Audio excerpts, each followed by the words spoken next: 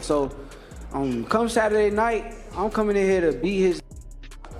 He gonna come, he gonna be tough, strong, but I'm coming to whoop his. I stand by that. I stand by that. I'm f***ing him up. Yeah. You gotta think, right? It's okay. I can't wait to beat this clown, bro. This dude is a clown. Focus on me. You better have that chin ready, baby. You better have it ready. Real clown. I already figured you out. You not fighting. What else you got, man? Yo, Senior, you're I only not seen in the 10 ring. seconds of your fight. I seen you fight before. I only You seen can't 10 fight. seconds of your fight. You're boring as hell. Come on, bro. Stop it, bro. Boring, man. You almost got knocked out. Even your daughter said you got knocked out. Got knocked out. Tio got hurt his last fight too. Ooh. Didn't he get hurt his last fight? Man, if it wasn't for those ropes. Did Tio get hurt his last fight? My son will be throwing punches. So Terrence Crawford crashes the Stevenson versus Lopez press conference, and the whole thing goes nuclear. The moment Shakur Stevenson and Teofimo Lopez dropped the fake smiles and started attacking each other's reputations directly. I think that he did some great things against them guys. I seen a lot of weaknesses in his game too, and something that he said earlier, he said, Tio never lost to Southpaw. Well, I never lost to Orthodox. So it ain't no different, but the difference is you never fought no elite fighter. Okay, I don't think y'all did either. Oh, so you gotta show it, baby. I don't think y'all did either. I ain't see. Not on my son. I ain't see Lomachenko throw no punches. You never been on a big stage like this. I didn't see Lomachenko throw punches. You never been on a big stage like this. I didn't see Lomachenko throw punches. Because we froze him. Okay, you gonna see. We gonna freeze you too. You better not throw the towel in. Things got heated fast when Teofimo Sr. brought up breaking down fighters like Lomachenko and Taylor. Shakur fired right back, completely writing off those victories and claiming Teo has never stepped in with anyone on his level. Well, I see their weakness. That's what I do. You know, we broke the code with Loma that nobody had ever done.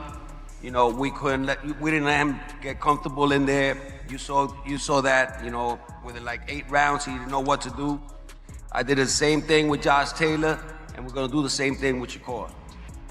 Real hard. Man, what do you say to that, bro? Like, do you hear him, bro?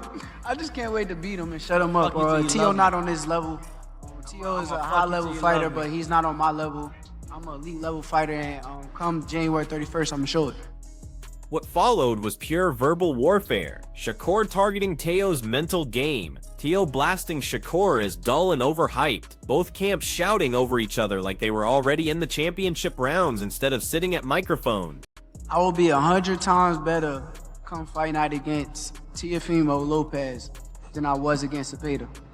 1,000 times better. Faster, sharper, stronger, mentally more on point, and I can't wait. You said a couple of times now you see some holes in Teofimo's game. I know you don't want to give away your game plan at the kickoff press conference, but where are the weaknesses? Where are some of the weaknesses in his game? A lot of the weaknesses is in his mental. I think it's more mental than anything again. I'm going to expose it. The breaking point hit when the insults got deeply personal. Volume levels spiked, security tensed up, and everyone could sense they were seconds away from chairs flying. Promoters like Eddie Hearn tried spinning it as legacy and greatness talk, but the fighters had completely taken over the narrative. Yeah, thanks for the reminder, Chris. This place is special. I think when this fight was talked about, I think both Shakur and Teofimo Lopez need a huge amount of credit for making this fight. Both of the guys are the respective kings of their division. Teofimo Lopez, the #1 guy at 140. Shakur, the #1 guy at 135. And when I heard about this fight, I didn't expect it to happen. And you know, the work that His Excellency's done, Ring Magazine, to make this fight quite sensational. But the icing on the cake is to see the fight at Madison Square Garden. This is, for me, the absolute mecca of boxing. Even when Turki El Al-Sheikh called in, his unimpressed tone somehow cranked up the intensity another level. This fight is the first step of crazy map of boxing next year and the beginning of 27. This is not an easy fight. Thank you so much. Eventually, both men were promising total domination, complete embarrassment, and permanent silence for their opponent. The press conference morphed into an uncensored glimpse of just how deeply personal this rivalry has gotten. This went beyond promotional theater into genuine bad blood spilling everywhere, making January 31st feel absolutely inevitable. So I just, I don't know. I don't think he can get it done against Shakur when it comes to like, cause it's gonna be just a skill match. I don't think he's gonna try to rough Shakur up, and it's probably not gonna work.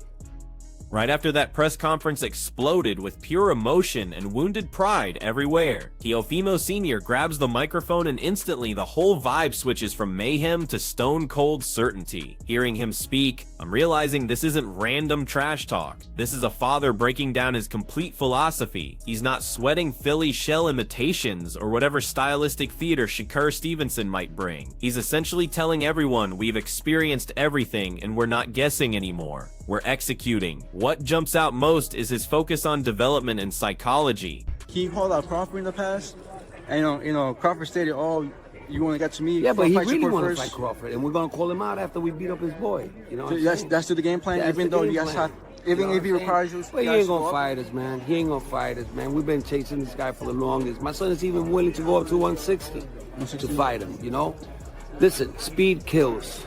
You know what I'm saying? Speed kills, and that's why we're gonna beat Shakur. He ain't faster than us, and we're gonna catch him.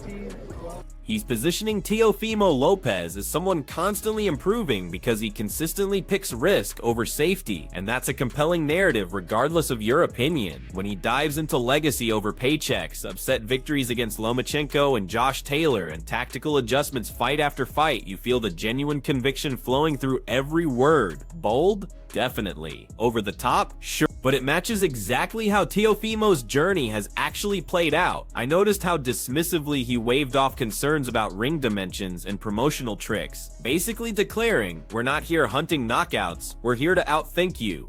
Okay, we do this for the legacy. So I tell my son, that when I told him, you know, let's go after Colmig, let's go after Lomachenko, let's go after Josh Taylor, and all of those three fights, he was the underdog. You know what I'm saying? And big time. I mean, with Josh Taylor, he was like 23 experts said that he was going to lose. So, you know, and he gave an amazing performance, you know, and it wasn't the same as the performance he gave with Barbosa's, you know, like his styles have changed all the time. And that's the scariest part about him, you know, and he comes to entertain, you know. Sure, some of those Crawford and Canelo parallels sound like wishful thinking, but that's built into the confidence formula. What really resonates is this. Team Lopez isn't showing up hoping to get lucky. They truly think speed, adjustment ability, and relentless pressure can shatter Shakur's composure. Whether that conviction lasts 12 full rounds remains unknown, but psychologically speaking, this wasn't empty promotion. This was pure belief, and when both camps are convinced they're sharper, quicker, and better prepared than their opposition, fights stop following predictions and become absolutely captivating. Did Shakur by any chance implement a bigger ring, or like, you know? We don't care about that, No? man. I mean, we're just gonna box this dude, man. You know, we're not going in there for the knockout. We never do. You know, the only fight that my son looked like sloppy was with Kambosos because he was dying in there. And, you know, he said that he felt better when he was attacking more, you know. But we never do that. We always box. Right after Teofimo Sr. finished that entire mental warfare blueprint, everything shifts when Andre Ward and Roy Jones Jr. enter the conversation, because now we're getting perspective from legends who actually survived battles exactly like this one. Listening to their analysis, I'm thinking, this is that veteran championship mindset coming through. They're confirming what many of us sensed watching that press conference explosion. Those were genuine fighting declarations, not scripted marketing material. But here's the razor-sharp insight from their breakdown that really resonates. Shakur Stevenson improvises in live action. He doesn't require preparation. He doesn't need perfect conditions. He observes, responds, and constructs something round after round, like he's creating art without sketching first. Teofimo Lopez, meanwhile, brings danger, power, and flashes of brilliance, but when everything gets chaotic, he still requires structure to find his flow again. I look at Shakur like a fighter who has a blank canvas. He's got the IQ, he got the experience, and the athleticism and the skill set where he can paint any type of picture he wants to on a blank canvas. When I look at Teofimo Lopez, he's almost that. He has a blank canvas, but he needs an outline on what to draw and what to paint inside the line. Now, every now and again, he'll go away from the outline that he has and he'll do something dope and you'll be like, oh, that was cool. That wasn't on the outline right there. But I don't think that he can create on the fly like a Shakur Stevenson. Ward and Roy aren't dismissing Teo whatsoever. They're actually recognizing something clever. The disrespect during that press conference wasn't accidental. It was calculated provocation. The objective wasn't winning the debate. It was forcing Shakur to fight angry instead of technical. That's elite psychological warfare. But here's where I completely agree with Ward and Roy's assessment. The biggest mistake possible is trying to pull a composed, methodical fighter into madness when he understands exactly your motivation. If Shakur takes the bait, Teo has his opening. If Shakur Tor maintains discipline, that strategy crumbles immediately. The amusing thing is, these legends are admitting, if someone spoke to me like that, we'd be throwing punches instantly. But they're also acknowledging that Shakur operates differently. He doesn't need to dominate the conversation, he just needs to control the fight. That's what separates them. This matchup isn't about who sounds tougher or appears more aggressive. It's about who maintains focus when the game plan falls apart and everything starts improvising. What I think is that Teo just painted the outline by being as disrespectful as he can at the press conference because he wants to try to piss this kid off so the kid come fight with him.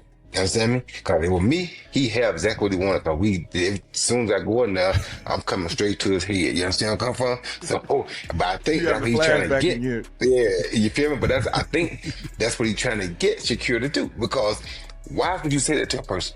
What does that have to do with boxing? You feel me? He knows that Shakur has great feet, and he's not gonna be able to catch Shakur if he lets Shakur take his time to do what he does.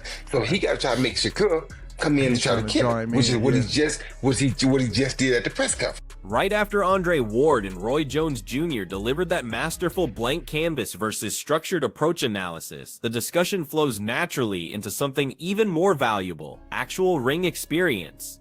This is where Keith Thurman's insight carries different weight, because now we're beyond theoretical breakdowns, we're discussing actual rounds lived inside those ropes. Hearing his perspective, I'm realizing this explains exactly why Shakur Stevenson creates such problems for opponents. Thurman isn't claiming Shakur possesses supernatural powers or mystical abilities. He's explaining Shakur interprets your movements like reading text. Shoulder adjustment here, weight shift there, and Shakur already anticipates your attack before your mind fully decides. That's terrifying. That transcends pure athleticism. That's mental processing. The interesting part is how effortlessly Thurman describes it, like he's simply always several moves ahead, as if that's completely ordinary. That clarifies why Shakur appears relaxed while opponents look frustrated. He's not responding slowly, he's responding in advance.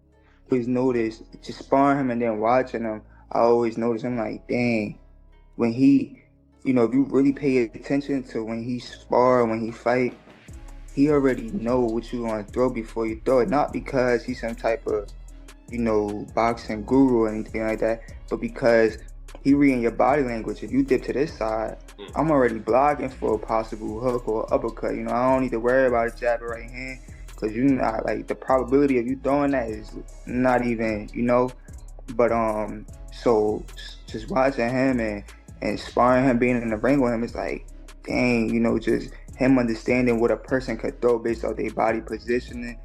It always put him like 2-3 steps ahead of his opponents. Hearing that from someone who actually faced him directly, it connects perfectly with what Ward and Roy were explaining. Shakur doesn't require chaos, he excels in precision. He doesn't force the moment, he allows it to develop naturally, then shapes it. Then Thurman really emphasizes the crucial point when he explains why Teofimo Lopez, despite his obvious talent, must stay focused for the complete 12 rounds. I appreciate that he shows complete respect for Teo throughout. He clearly states this represents a superior fight compared to Shakur's previous outing, because Teofimo brings athleticism, explosiveness, and constant threat potential. That's completely fair. But here's where the difference becomes apparent. Teofimo's tendencies, dropping that lead hand, taking body shots without proper coverage, those seem minor until you're facing someone who capitalizes on minor detail. Thurman references specific moments where Teo adjusted too slowly in previous battles, and I'm nodding because that's precisely what Shakur exploits. One error transforms into a habit, the habit generates scoring opportunities, and suddenly you're losing rounds without understanding when it started. Yeah, for sure. The most notable thing that come to mind is I remember when he fought Sander Martin. Like every time he like threw a right hand to the body, he never had his lead hand up. Sander Martin was just check hooking him to death. I'm just like when he's just gonna make the adjustment, you know, when he gonna realize that he just keep getting hit with the right hook every time he try to throw the right hand. So those are the small adjustments that he had to make because, you know, sharp fighter, they gonna capitalize. So he gotta be on his game.